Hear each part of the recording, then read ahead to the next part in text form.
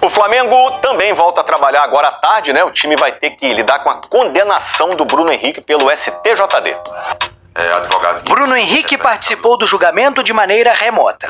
A presença do atacante na sede do Superior Tribunal de Justiça Desportiva não era obrigatória. Ele acompanhou 4 das 7 horas da sessão. Escolheu não responder às perguntas e fez um breve pronunciamento. Gostaria de reafirmar a minha inocência e dizer que confio na justiça desportiva, jamais cometi as infrações que estou sendo acusado. Bruno se retirou em seguida.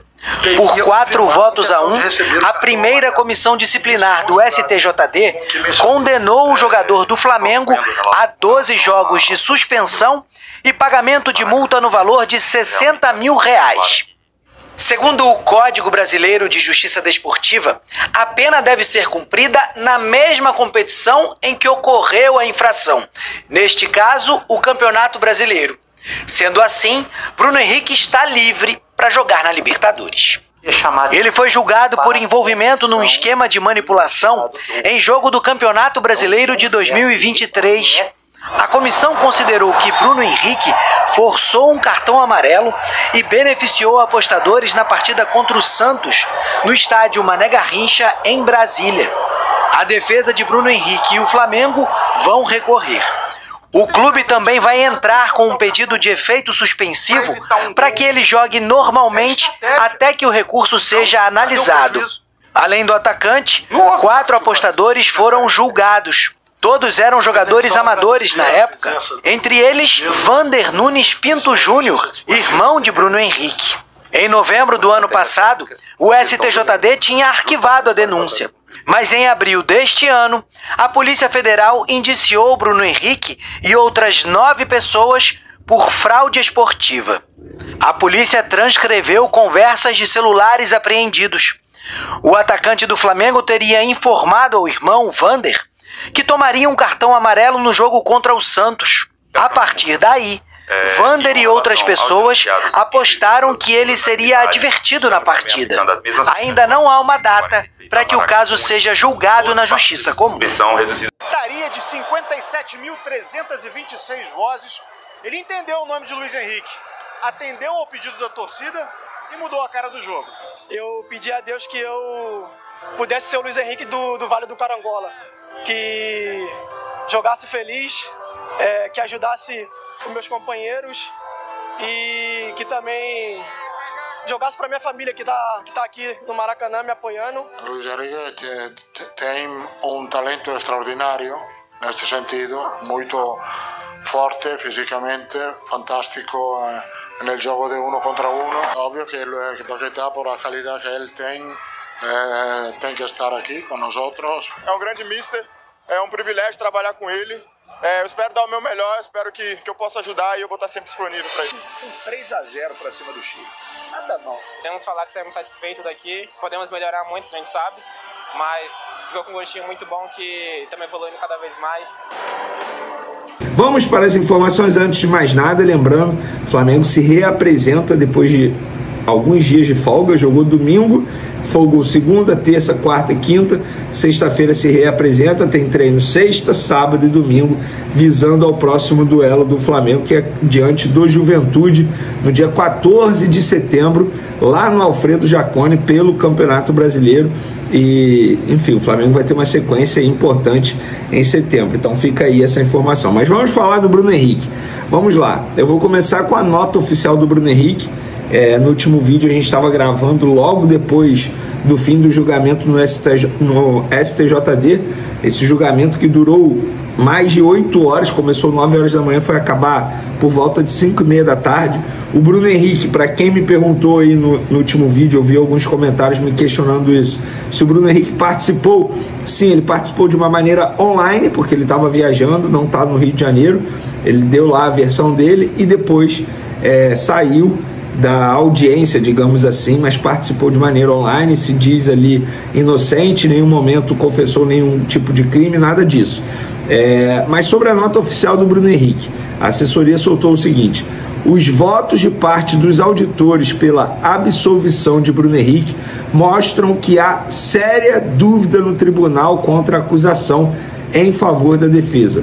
A defesa do atleta pedirá efeito suspensivo e entrará com recurso para que o pleno do STJD possa definitivamente julgar o tema, confiando que a justiça será restabelecida com a absolvição do atleta. Então, essa agora foi a nota oficial do jogador, né, do lado do jogador. Lembrando que o jogador foi defendido, repito, no STJD pelo Michel ACF Filho, um advogado que, assim, tem anos de Flamengo, ajudando o Flamengo aí. Então, só para ficar registrado. E para quem me pergunta, Vene, beleza, se ele cumprir os 12 jogos, quais jogos ele vai desfalcar o Flamengo? Vamos lá, fiz a lista aqui para vocês. Juventude e Flamengo pelo Campeonato Brasileiro no dia 14 de setembro, Flamengo e Vasco, Brasileirão, dia 21 de setembro, Corinthians e Flamengo, dia 28 de setembro, Flamengo e Cruzeiro, dia 2 de outubro, Bahia e Flamengo, no dia 5 de outubro, no dia 15 de outubro, Botafogo e Flamengo, 19 de outubro, Flamengo e Palmeiras, 26 de outubro, Fortaleza e Flamengo, 2 de novembro, Flamengo e Sport, 5 de novembro, São Paulo e Flamengo, 9 de novembro, Flamengo e Santos, e no dia 19 de novembro, Fluminense e Flamengo. Então ele voltaria depois do dia 19, e lembrando, no lado do Flamengo, o entendimento é que ele só cumpre essa suspensão de 12 jogos nas partidas do Campeonato Brasileiro ou Copa do Brasil, mas o Flamengo não está mais na Copa do Brasil, são competições organizadas pela CBF. A Procuradoria entende que pode pedir que essa suspensão também seja cumprida em jogos internacionais, ou seja, jogos promovidos pela Conmebol ou até mesmo pela FIFA, enfim.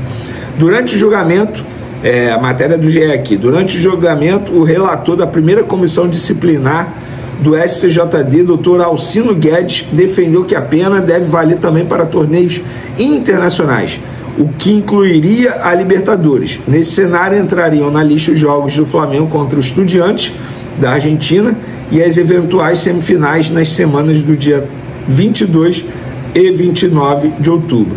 Mas o advogado do Flamengo, Michel ACF Filho, disse que não considera essa possibilidade. Com isso, o atacante voltaria a jogar pelo Brasileirão só nas últimas 5 rodadas do Campeonato Brasileiro, tendo em conta que o jogo atrasado contra o Sport seja disputado antes. A partida válida pela 12ª rodada ainda não tem data para recorrer. O Michel ACF Filho disse o seguinte: houve um requerimento de extensão dessa punição, o que não tem o menor cabimento, com todo respeito à justiça desportiva. Esse tipo de extensão cabe em situações como punições por prazo ou quando o atleta deixa o clube e é transferido para o exterior. Não é o caso aqui. A punição por partida deve ser cumprida na mesma competição.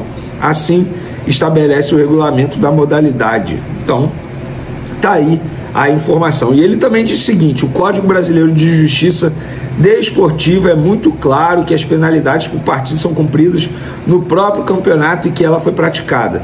Nesse caso, é o Brasileirão. Não há a menor dúvida em relação a isso, apesar da solicitação.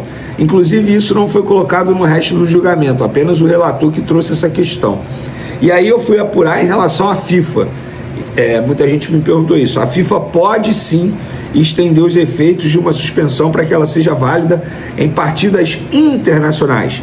Mas, para isso acontecer, o STJD teria que entrar em contato com a Conmebol, acionar a Conmebol, e aí o Flamengo já disse que vai recorrer a essa decisão, lembrando que foi um julgamento em primeira instância, e também vai pedir um efeito suspensivo para que Bruno Henrique possa continuar jogando enquanto não é julgado no pleno do tribunal. Então, gente, muita coisa ainda vai acontecer em relação a Bruno Henrique. Bruno Henrique está suspenso e não pode entrar em campo e vai cumprir, segundo disse o advogado do Flamengo, nos jogos do Campeonato Brasileiro. Ele pode treinar normalmente com os demais jogadores no Ninho do Urubu, não tem nenhum problema em relação a isso. Mas ainda, muita coisa ainda vai acontecer em relação a isso. Eu acho que isso aí sei lá, tem que falar alguma coisa, fala sobre isso. Mas não vejo espanholização. Eu vejo dois times que têm dinheiro, os outros não têm, mas não tem fair play financeiro. Então, os times que não têm dinheiro também contratam e que se dane. Tem time como o São Paulo que finge que quer se recuperar financeiramente, mas quer contratar o Marcos Leonardo, que é um jogador caro, tem o Oscar, que é caro, tem o Lucas, que é caro, tem o Caleri, também não é barato. Então, essa é a realidade. Como não tem fair play financeiro, não tem espanholização. Teríamos talvez esse cenário se houvesse fair play financeiro. O Corinthians não teria o time que tem, teria que acertar suas contas, São Paulo de verdade acertar suas contas, é assim que funciona. Flamengo e Palmeiras teriam um poderio maior. E não seria tão simples, né, chegar qualquer um e botar dinheiro no Atlético Mineiro, no Botafogo e formar times vencedores com clubes super endividados, que é o caso dos dois, que ganharam o Campeonato Brasileiro até Libertadores. Fizeram uma final, 2 clubes super endividados. Então, como é uma bagunça, então não tem. Poderia acontecer sim, mas se tivesse fair play financeiro, provavelmente alguns desses clubes em algum momento já teriam tomado o caminho certo, que é o caminho da reestruturação administrativo-financeira. Mas não é preciso. Então, vão levando, todo mundo quer ser campeão e que se dane. Eu tenho falado muito sobre isso. Acho legítimo o torcedor de São Paulo querer um atacante como o Marcos Leonardo, depois das lesões do Caleri, do Ryan, Francisco e do André Santos, os 3 atacantes, né? André Silva. Todos os centroavantes foram... Todos não, 3 deles se machucaram. Tem lá o Dineno, que chegou cedido pelo Cruzeiro, e agora o Tapia, lá o chileno. Mas em condições normais, se o São Paulo quisesse flamengar no sentido de se recuperar financeiramente, vai com esses aí. Em 2013, o Flamengo ganhou a Copa do Brasil, em 2014 o time estava mais fraco do que em 13. Elias foi embora, Marcelo Moreno, que era para ser titular, só não foi porque o brocador estava impossível naquele ano, também foi embora. É lógico que seria bom tê-lo no elenco, né? Carlos Eduardo, que não jogou tanto, foi titular a temporada inteira. O Flamengo ganhou a Copa do Brasil, o Carlos Eduardo jogando, foi embora também, porque não tinha dinheiro para contratar. Então, assim, o São Paulo não, ele quer tudo, ele quer se reestruturar financeiramente, eliminar as dívidas de curto prazo, quer brigar pela Libertadores. É impossível fazer tudo isso. É impossível. Se você quer realmente pagar as dívidas, colocar a casa em ordem, você vai ter um time mais fraco. Se conseguir uma classificação para um torneio como a Libertadores, você vai ser um figurante e vai pensar que lá na frente você vai ter chance de ganhar alguma coisa. Então não é verdade. Então, mas por quê? Porque não tem fair play financeiro. Não deixe de hypar o vídeo, porque isso é importante, tá, galera? Segundo informações do jornalista Antônio Carlos, o Cruzeiro está interessado na contratação de Arrascaeta, que vive uma das suas melhores fases desde que chegou ao Flamengo. No início do ano, o uruguaio havia procurado a diretoria rubro-negra pedindo uma renovação de contrato longa, demonstrando o desejo de permanecer no clube por mais tempo. Mas naquele momento o Flamengo preferiu esperar e não avançou nas negociações. Agora, com o camisa 14 sendo novamente destaque absoluto e peça decisiva em jogos importantes, o Flamengo resolveu agir e chamou o jogador para tratar da renovação do vínculo. Só que Arrascaeta ainda não respondeu à proposta e deixou claro que pretende esperar o fim da temporada para dar uma posição definitiva. Essa indefinição abriu espaço para o Cruzeiro entrar na jogada e se movimentar nos bastidores. O clube mineiro acompanha de perto a situação e, segundo apurações, está disposto a fazer uma proposta ousada, oferecendo um contrato longo e também um salário superior ao que o jogador recebe atualmente no Flamengo. A intenção do Cruzeiro é convencer Arrascaeta a retornar ao clube onde se destacou no futebol brasileiro,